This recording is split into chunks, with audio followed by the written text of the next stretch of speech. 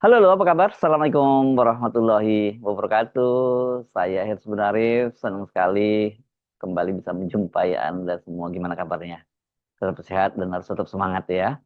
Nah, sekarang ini ada kabar terbaru dari Kementerian Dalam Negeri yang memutuskan bahwa mereka itu secara resmi melarang organisasi masyarakat mengenakan atribut yang menyerupai TNI, Polri, bahkan juga lembaga-lembaga pemerintahan lain, termasuk ini kejaksaan. Ini yang menyampaikan adalah Wakil Menteri Dalam Negeri Bima Arya Sugiarto. Ormas itu dilarang pakai atribut menyerupai lembaga pemerintah. Ya betul, itu kata Bima yang dikonfirmasi oleh wartawan hari Senin kemarin. Pertanyaannya ini kalau betul-betul pemerintah tegas, ini bakal banyak banget dong yang dilarang gitu ya. Karena hampir semua saya kira ormas-ormas itu ya mereka pasti sekarang lebih banyak menggunakan atribut yang lebih mirip TNI sebenarnya ketimbang Polri ya. Rata-rata karena ada yang loreng dan sebagainya. Ada sih yang juga menggunakan mirip Polri, tapi sebagian besar itu menggunakan atribut mirip TNI. Ya, ini kan mereka merasa seperti organisasi paramiliter begitu.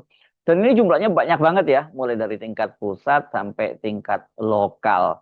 Jadi ini akan kerja besar, kerja berat buat pemerintah kalau memang betul-betul serius ya untuk menegakkan aturan itu. Bima Arya menjelaskan, berdasarkan Undang-Undang Nomor 16 Tahun 2017, Pasal 60 Ayat 1, ormas yang melanggar itu akan diberikan sanksi administratif bertahap, mulai dari peringatan tertulis hingga pencabutan SK Kementerian Hukum. Oh, berarti ini sebenarnya udah ada undang-undangnya ya, kalau ini disebutkan tadi sejak tahun 2017, dong, Undang-Undang Nomor 16 Tahun 2017. Persoalannya kenapa sekarang malah makin merajalela ya, banyak sekali ormas-ormas yang bermunculan dan persoalannya kemudian kehadiran mereka itu bukan hanya sekedar mengganggu, meresahkan masyarakat, tapi justru yang jadi persoalan kan sudah mengganggu iklim investasi di dalam negeri. Ini yang kelihatannya membuat pemerintahan sekarang ini betul-betul worry di tengah pemerintah sedang kerja keras untuk meng-attract para investor, terutama investor asing untuk masuk ke Indonesia. Mereka menghadapi situasi di lapangan yang tidak cukup kondusif. Misalnya perusahaan otomotif dari Cina, BYD atau Beyond Your Dream ini yang membuka pabriknya di Subang kan juga sempat menghadapi persoalan itu, dan itu waktu itu rame banget ya. Kemudian ini sampai kemudian kan menimbulkan bukan hanya keributan tapi ini lebih pada polemik, bahkan saling menantang itu antara Gubernur Jawa Barat Kang Deddy Mulyadi dengan Grip Jaya. Rame banget beritanya kemarin ya. Nah, bagaimana sih aturannya itu? Nah, menurut Bima Arya begini, penghentian kegiatan dan pencabutan SKT atau SK Kementerian Hukum itu bila dalam hal ini ormas melanggar larangan antara lain menggunakan nama, lambang, bendera, atribut yang sama dengan lembaga pemerintahan, menggunakan nama, lambang, bendera, atau tanda gambar yang mempunyai persamaan pada pokoknya atau keseluruhannya ormas lain atau partai politik menerima dari atau memberikan sumbangan yang bertentangan dengan ketentuan peraturan perundang-undangan. Selain itu, Bima juga menegaskan bahwa Kementerian Dalam Negeri itu dapat memberikan sanksi administratif langsung berupa pencabutan SK apabila ormas melanggar beberapa hal itu. Jadi ini yang disebut melanggar bukan hanya atributnya, bukan pakaian seragamnya, tapi juga melakukan tindakan permusuhan, penistaan, penodaan agama, melakukan tindakan kekerasan, mengganggu ketertiban umum, merusak fasilitas umum, melakukan kegiatan penegak hukum, menggunakan nama, bendera, simbol organisasi separatis, terlarang, melakukan kegiatan separatis, menganut paham bertentangan dengan Pancasila. Ini banyak sekali ya ketentuan undang-undangnya. Dan ini tidak dianggap apa yang banyak sekali dipersoalkan ya tindak kekerasan, mengganggu ketertiban umum, bahkan sampai kemudian ada yang melakukan kegiatan penegakan hukum, menjaga truk-truk di pinggir jalan dan sebagainya. Nah, ini yang cukup serius dalam undang-undang itu pasal 80A, ormas yang telah dicabut SK-nya secara otomatis akan langsung dibubarkan. Soal ormas ini yang belakangan itu mengundang keprihatinan banyak kalangan karena ya tadi yang saya sebut ada pemalakan di industri-industri di kalangan dunia usaha, kemudian juga bentrokan ini banyak terjadi nih. Belakangan ini yang banyak terjadi bentrokan antara pemuda Pancasila dengan Grip Jaya. Ini di Jawa Barat, kemudian di Medan, di Sumatera Utara, ini intensitasnya sangat tinggi ini. Yang saya sebut belakangan memang Grip Jaya ini kelihatannya yang dipimpin oleh Hercules ini menjadi sebuah ormas yang belakangan ini melakukan rekrutmen besar-besaran sehingga jumlah anggotanya jadi besar, dan kemudian dia berani berhadapan dengan pemuda Pancasila ini organisasi ormas yang jauh lebih tua dibandingkan dengan Grip Jaya ini. Di Jawa Barat bahkan berani menyerbu Grip Jaya ini, menyerbu kantor dari Pemuda Pancasila. Soal Grip Jaya ini juga sangat heboh ya, karena pada waktu itu Ketua Umum Grip Jaya Hercules itu sampai berani menyerang secara verbal mantan Gubernur DKI Jakarta, Letnan Jenderal TNI Purnawirawan Sutioso, yang dia menyebutnya sebagai mulutnya bau tanah pada waktu itu. Ucapan dari Hercules inilah kemudian membuat mantan Panglima TNI, Jenderal TNI Purnawirawan Gatot Nurmantio itu marah besar gitu ya. Dan kemudian juga masih dilawan juga sama Hercules, dan ini yang membuat kemudian teman satu angkatan Jenderal Gatot Nurmantio di Akmil, yakni tahun 82 ini di Akademi Akabri tahun 82, Letnan Jenderal TNI Yayat Sudrajat yang pernah menjadi Kepala BAIS dan juga pernah menjadi Sekjen Menko Polkam itu, dia juga kemudian marah besar juga dan menantang, memperingatkan, bukan menantang ya, memperingatkan Hercules, karena dia pada waktu masih menjadi komandan gabungan intelijen di Timor Timur pada waktu itu. Pak Yayat ini juga dari Kopassus, itu rupanya dia pernah diminta bantuan untuk mengawal Hercules yang nggak berani pulang ke kampung halamannya. Hercules ini marah kepada Bang Yos karena dalam sebuah talk show di sebuah stasiun televisi, Bang Yos itu menyoroti ormas-ormas yang berpakaian, dan yang jadi persoalan dan keprihatinan dari Bang Yos itu pakaian yang dipakai itu mirip atribut TNI, terutama menggunakan loreng dan baret merah yang jadi seragam kebanggaan Kopassus. Komando Pasukan Khusus TNI Angkatan Darat ini alma maternya dari Bang Yos ya, karena Bang Yos ini dia dibesarkan di Kopassus ya. Jadi dia merasa dilecehkan ketika loreng dan baret kehormatan yang dia peroleh dengan susah payah tiba-tiba dipakai oleh anggota ormas dan kemudian digunakan untuk memalakin orang lain gitu, dan bukan hanya orang tapi juga beberapa UKM dan juga pabrik-pabrik gitu ya ini. Nah, ketika itu Bang Yos bicara di sebuah stasiun televisi. Nah, ini yang membuat kemudian Hercules merasa tersinggung dan menyebut Bang Yos mulutnya bau tanah, masih berlagu gitu. Belakangan Hercules kemudian mendatangi Bang Yos di rumahnya dan menyampaikan permintaan maaf. Nah, keputusan dari Kementerian Dalam Negeri untuk melarang ormas-ormas menggunakan atribut yang mirip TNI, Polri, dan lembaga-lembaga pemerintah ini kelihatannya dapat dukungan yang cukup kuat dari DPR. Salah satunya misalnya Sahroni, ini anggota Komisi 3 DPR RI dari Nasdem, dia mendukung langkah yang dilakukan oleh Kementerian Dalam Negeri. Cuman kata dia itu harus serius ya, jangan hanya melarang-melarang tapi kemudian ketika terjadi pelanggaran tidak ada tindakannya. Jadi pemerintah diharapkan tegas melakukan ini, karena Sahroni termasuk yang cukup keras bicara soal premanisme, terutama yang pada waktu itu dilakukan oleh Grip Jaya. Jadi kalau memang ada pelanggaran, segera lakukan itu ya.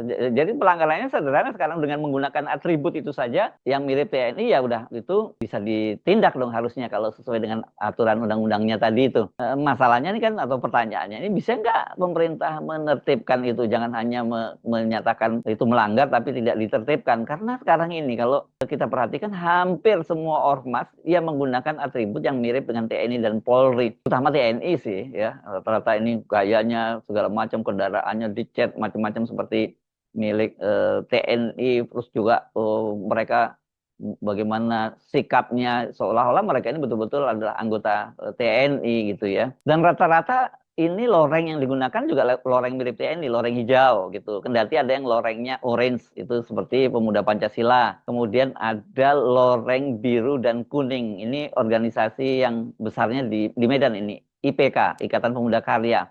Ini walaupun lokal tapi dia cukup besar di beberapa Indonesia, terutama di bagian barat seperti di Batam dan sebagainya. Ini mereka cukup kuat loh IPK ini. Tapi kalau di Jawa kelihatannya nggak, mereka tidak cukup eksis. Dan ini juga tadinya pecahan dari Pemuda Pancasila sesungguhnya, yang didirikan oleh preman besar juga di Medan, Uluh Panggabean. Kalau yang memakai pakaian loreng hijau itu ya ada Banser, ini yang paling gede ya, Banser. Kemudian ada ini Banser NU, Nahdlatul Ulama. Kemudian ada Kokam Muhammadiyah, ini apa, Komando Kesiapsiagaan ya, dari Muhammadiyah. Dan Kalau Grip Jaya itu malah seragamnya, saya perhatikan ada yang loreng, nah seperti ini ada yang loreng militer, tapi ada hitam ini mirip dari Brimob, jadi dia mirip militer dan juga mirip Polri. Kalau lihat faktor kesejarahannya, sesungguhnya bisa dipahami sebenarnya mengapa beberapa ormas itu memakai pakaian loreng dengan atribut mirip militer. Misalnya seperti Banser, Kokam, maupun Pemuda Pancasila. Karena ini ada kaitannya dengan perlawanan terhadap pemberontakan PKI G13 PKI 1965. Mereka ini memang organisasi pemuda paramiliter ya, untuk seperti Banser, Kokam, dan Pemuda Pancasila, terutama Kokam dan Pemuda Pancasila ini untuk mengimbangi gerakan pemuda komunis.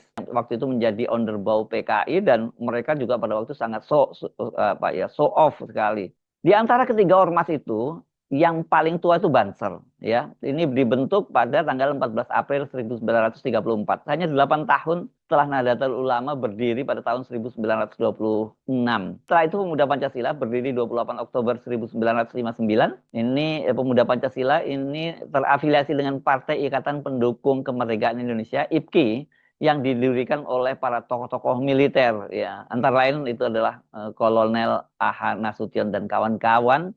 Memang ini tujuannya untuk mengimbangi PKI pada waktu itu. Sementara Kokam, Kokam ini jelas ini dibentuk sebagai respon terhadap gerakan pemberontakan G30 SPKI, karena di Kokam didirikan, Kokam Muhammadiyah ini 1 Oktober 1965 atau kurang dari 24 jam setelah pemberontakan G30 SPKI. Makanya saya tadi menyebut kalau khusus untuk Pemuda Pancasila dan Kokam itu memang merespon terhadap PKI. Sementara kalau Banser itu sebenarnya jauh lebih dulu berdiri, tetapi perannya juga sangat besar pada waktu itu ketika menghadapi G30 SPKI. Jadi wajar kalau mereka itu memakai pakaian loreng dan kemudian atribut-atribut militernya dan hierarkinya juga hierarki militer. Tapi itu kan dulu waktu masih ada situasinya darurat ketika berhadapan dengan PKI. Apakah sekarang ini masih relevan kalau kemudian mereka menggunakan atribut-atribut yang mirip militer itu dan gayanya juga seperti militer gitu? Ini yang saya kira memang jadi pertanyaan yang cukup serius. Apalagi Grip Jaya, ini kan Grip Jaya ini baru berdiri ya. Kalau tidak salah berdiri tahun 2011. Tadinya merupakan underbow Partai Gerindra, bahkan Prabowo Subianto itu pernah menjadi ketua dewan pembinanya. Belakangan ini kemudian dia mengundurkan diri, tapi para anggota Grip Jaya masih menyatakan bahwa secara resmi Prabowo masih ketua dewan pembinanya. Hanya saja mereka sekarang karenanya mereka tidak terafiliasi lagi dengan Partai Gerindra. Nah, kalau soal dengan Pak Prabowo jelas ketika mereka kemarin itu pasca Pilpres 2024 itu melakukan rekrutmen besar-besaran. Ya karena tujuannya katanya untuk mengawal pemerintahannya Prabowo Gibran. Kalau begitu apa urgensinya sekarang mereka memakai atribut TNI dan Polri? Kalau Pemuda Pancasila, walaupun lorengnya oranye, ini tapi juga pakai baret dan atribut militer juga. Apakah ini termasuk yang bakal kena nih kan? Karena enggak. Apakah ini masuk mirip ya? Karena warnanya kan beda dengan TNI dan Polri. Apakah mereka juga akan dilarang ini ya? Kalau di antara para ormas ini rata-rata semua kan memang menggunakan atribut militer dan mirip-mirip dengan TNI lah kebanyakan. Tapi ada juga sih yang tidak mirip TNI walaupun dia paramiliter ya. Ini dulu ada namanya Laskar Front Pembela Islam. Ini seragamnya putih-putih, tapi mereka itu juga paramiliter. Kalau dalam pengertian Mendagri ya sebenarnya mereka tidak mirip dong atributnya dengan TNI dan Polri. Nah, yang juga cukup menarik, di antara ormas-ormas tadi itu banyak di antaranya yang mempunyai anggotanya ini dari kalangan elit politik, ya. Makanya saya tanya tadi memang bisa bubarin misalnya Banser, bubarkan Grip Jaya. Kalau Kokam ini memang relatif nggak seaktif dari Banser ya. Kalau Banser ini kan terus melakukan rekrutmen terus-menerus. Kalau Kokam kok saya hanya melihat ke dalam acara yang bersifat seremonial saja gitu ya. Kan memang kalau Banser misalnya Ketua Umum GP Ansor itu yang pernah menjadi Menteri Agama Yakut Khalil Qomas itu kan dia anggota Banser juga gitu. Dia berapa kali saya melihat dia memimpin apel pasukan Banser gitu. Dan bukan hanya Yakut yang jadi menteri ini, ada Menteri Negara BUMN Erick Thohir. Kalau ini dia baru dilantik menjadi Banser itu tahun 2021. Dan pada waktu itu dia sempat mengunggah bagaimana dia untuk menjadi anggota Banser ini harus mengikuti latihan dasar dari Banser, dan video yang diunggah di Instagramnya itu cukup viral.